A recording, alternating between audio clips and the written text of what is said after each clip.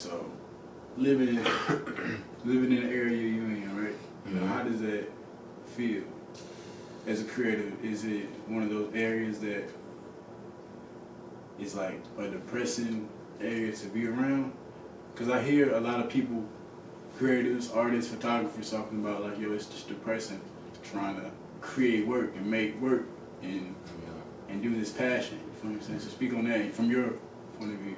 Well, if they saying it's suppressing, man, and that means they don't have enough passion to overcome what they going through. See, I treat music as therapy.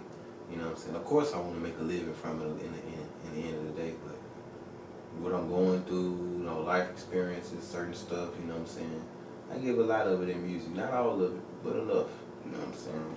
And that should be able to overcome any ill feelings and stuff you're having, any stress. Like I go on there, I zone out, I make music, write, I do what I love. So it's like, if that's stopping you from being your best, regardless of your environment, maybe you should think about changing occupations or trying to, you know, pursue something else. Because it should be making you sad. Absolutely, I feel that. But just as far as the environment I'm living in, it is sort of dangerous, you know what I'm saying? Shreveport is a dangerous place. I mean, we all know it ain't the best cities, financial-wise and all that good stuff. So, I don't know, man. I love home, but, you know, it is what it is. It's life. For sure. So, you would say when you're going through something in life, music is your escape, or one of your escapes. All right. Okay. So, do you have your times when it's just difficult to get those beats going and to get those words flowing? What do you do in those times of adversity? I want to say it's difficult because, like, I always channel whatever emotions I'm having. Like, whether I go make a love R&B up type vibe or a female or something, I might be going through some stuff or thinking about past little dealings or something, or it might be some stuff that I'm going through currently, like, and I'm mad at like my family member or something. Like, whatever it is, I can always go in there and just play around, tinker, boom, boom. Sometimes it's hard to get it started. Just take a break, you know what I'm saying? Come back, you know, watch a movie or something. You know what I'm saying? I have those times where I'm not creatively active, but if I'm not doing beats or music, working on a video or something, I get my energy elsewhere, and then when I come back, I should be charged back up enough to, you know, do what I need to do. So that's kind of how I do it. If I'm not fluent and going, like, if I'm not nothing, I just give it a few days, boom, boom, I come back. And I'll be fresh and just be just like that. Be like I never left. Like, man, I'm cold. Like, you know what I'm saying? So it's like, it's funny, man. So when you hear the phrase, it's deeper than music, what does that mean to you? Man, that means so much. Because music is life. You know what I'm saying? Everybody listens to music. Whatever they doing, whenever they doing it. Whatever genre it may be. So it's like music is ingrained in so much more of our lives. It's more than just listening to a beat, listening to somebody spit out or whatever. And a lot of this music nowadays don't even have substance. So, you know what I'm saying? That's what I mean by it. Like, my music has substance. It's, you know, a lot of, from my experiences, of just things going on. I might speak on an event or something. So when you say substance, what's, you know, everything's perspective based. So what substance in your perspective?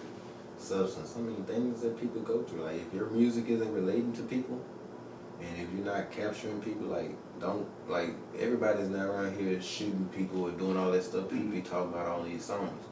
Like, that's why that music doesn't last. You know what I'm saying? Tupac, oh, that's substance. You know what I'm saying? This music is just still in rotation and still in play. You can listen to it right now and get gems from it. A lot of these songs you're gonna hear 2-3 years down the line, you don't even remember the name of it. And that's what I mean by substance and stuff like that. You know, according to the fans, according to the people, they're gonna make it to whether or not it's substance or not, depending on how long it goes. Like a female. Like, you know, some Mary J. Blige. It might be some old school Mary J. Blige. She might be in her feelings. She gonna play that old school Mary J. Blige.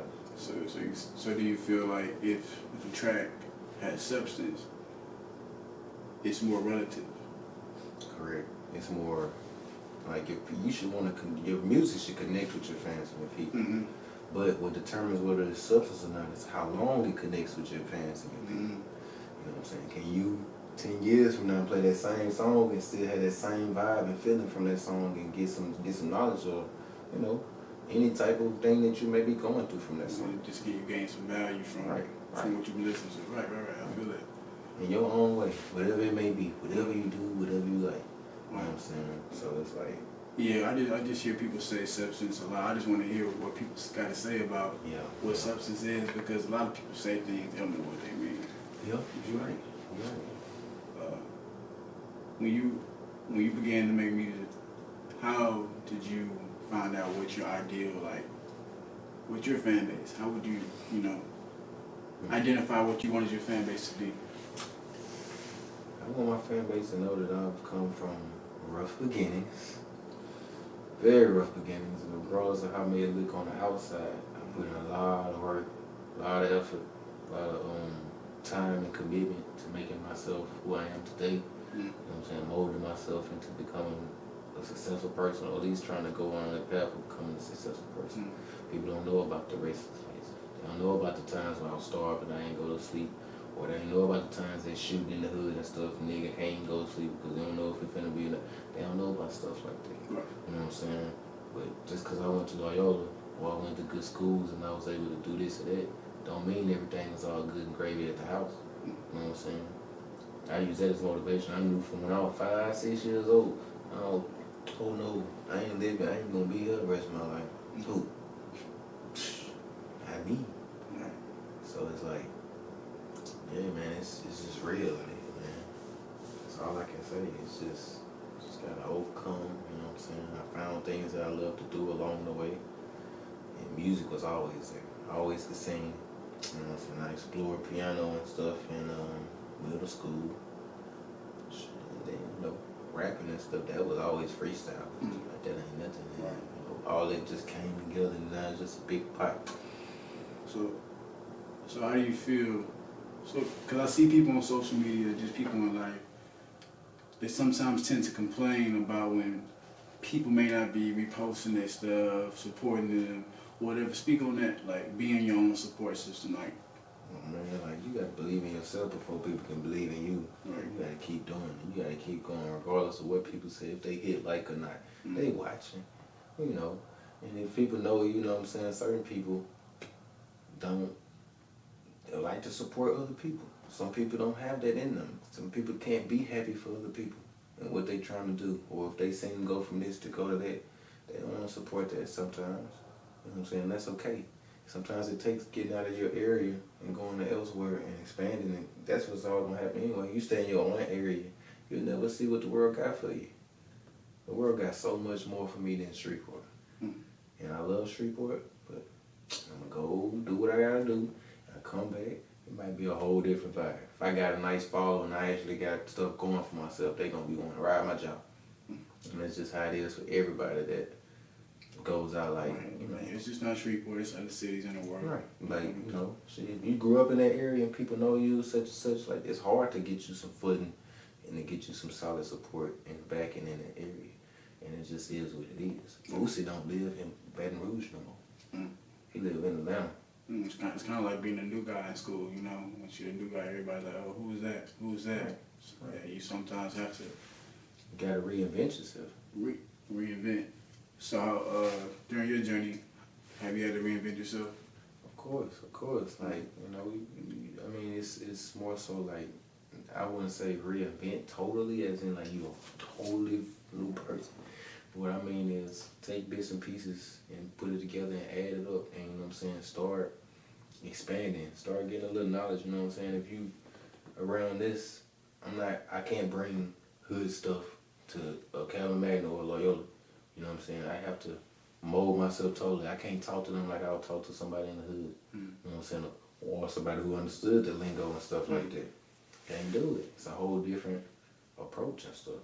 So it's like, that taught me a lot, man. Just mannerism, you know what I'm saying? And just becoming just learning how to, smooth out the rough edges I had. You know what I'm saying? Make yourself a more well-rounded person.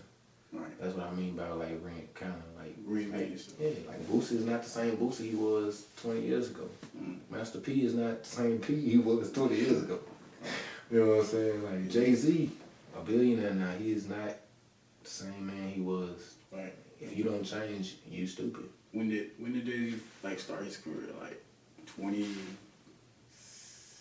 mid-20s, huh? He started at 26. Yeah, 26. Before he hit 50, he's a billionaire.